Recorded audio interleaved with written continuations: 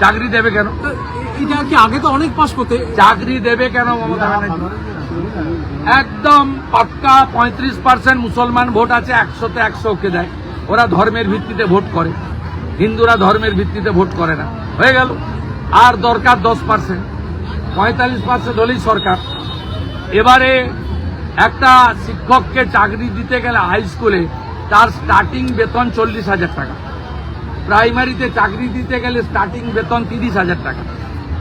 40,000 টাকা চাকরি একজনকে দিলে তার বাড়িতে 5 জন মেম্বার, 3টে ভোটার। আর সেই 40,000 টাকা যদি 40টা বাড়িতে বিতরণ করে তাহলে 120টা ভোটার। মমতা ব্যানার্জির কাছে 120টা ভোট দরকার, 3টে ভোট দরকার নেই।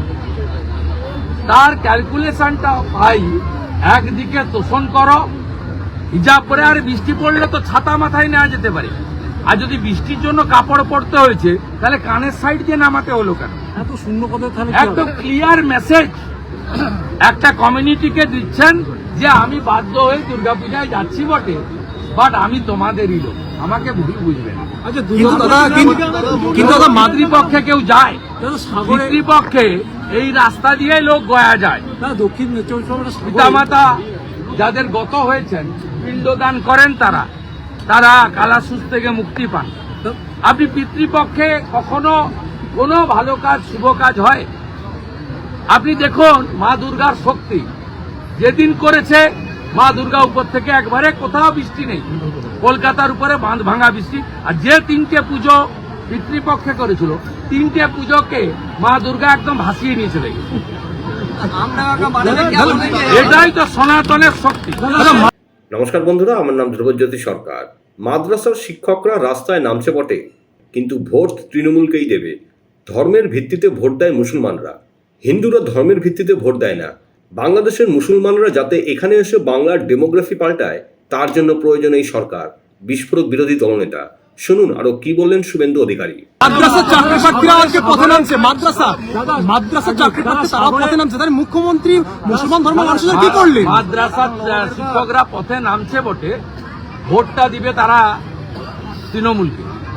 বহুবার প্রমাণিত হয়েছে তারা ক্যালকুলেটিভ ওয়েতে ভোট করে, এবং ভোটের আগে ওদের যে প্রেয়ার হয় সেখানে ইমাম সাহেব যারা 2,500 টাকা করে পান, তারা বলে দেন যে কেন মমতা ব্যানার্জিকে এখানে রাখতে হবে। এই কারণে রাখতে হবে যাতে জামাত, হেফাজত এবং রোহিঙ্গা বাংলাদেশের মুসলমানরা এখানে এসে ডেমোগ্রাফি বদল করে। আসানসোলে অধিকাংশ মূল্যবান জমি আজকে মুসলিমরা ক্রয় করে নিয়েছে। আমাদের গরিব হিন্দুরা যারা বাংলায় কথা বলেন, হিন্দিতে কথা বলেন, তারা অভাবের টানে জমিগুলো সব বেচে দিয়েছে। কিভাবে এই জেলার পশ্চিম বর্ধমানে, পূর্ব বর্ধমান তো চড়ুন হাতের বাইরে চলে গেছে, জামালপুর, রায়না, মন্তেশ্বর, মেমারি, মঙ্গলকোট, আউসগ্রাম, কেতুগ্রাম, বর্ধমান শহরও বলা যেতে পারে হাতের বাইরে। পূর্বস্থলীতে টিকে আছে কিছু হিন্দু সমাজের লোকেরা, হিন্দু সম্প্রদায়ের লোকেরা। পশ্চিম বর্ধমানেও আসানসোল থেকে শুরু হয়েছে। আগামী দিনে আপনারা দেখবেন দুর্গাপুরের অবস্থা, যদি ওই লালবাবুদের কাছ থেকে বেরিয়ে আসতে না পারেন সেকুলারিজম থেকে, তাহলে সবাই বিপন্ন হবেন। নন্দীগ্রামে কি অবস্থা? নন্দীগ্রামে আপনাকে এখনই না ভাবলে চলবে। কেন পুজো করেন? কোনো পুজোর উদ্বোধন কেন মুখ্যমন্ত্রী করেননি?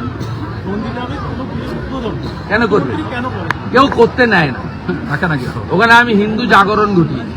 দক্ষিণ 21-এ 1956 ভোটে জিতেছি, 23-এ 17টার মধ্যে 11টা পঞ্চায়েত জিতেছে, 24-এ অভিজিৎ গাঙ্গুলিকে 8,200 লিড দিয়েছি, 26-এ নরেন্দ্র মোদীজি যাকে পদ্মফুল দিয়ে পাঠাবেন তাকে আমি 20,000 ভোটে জেতাবো।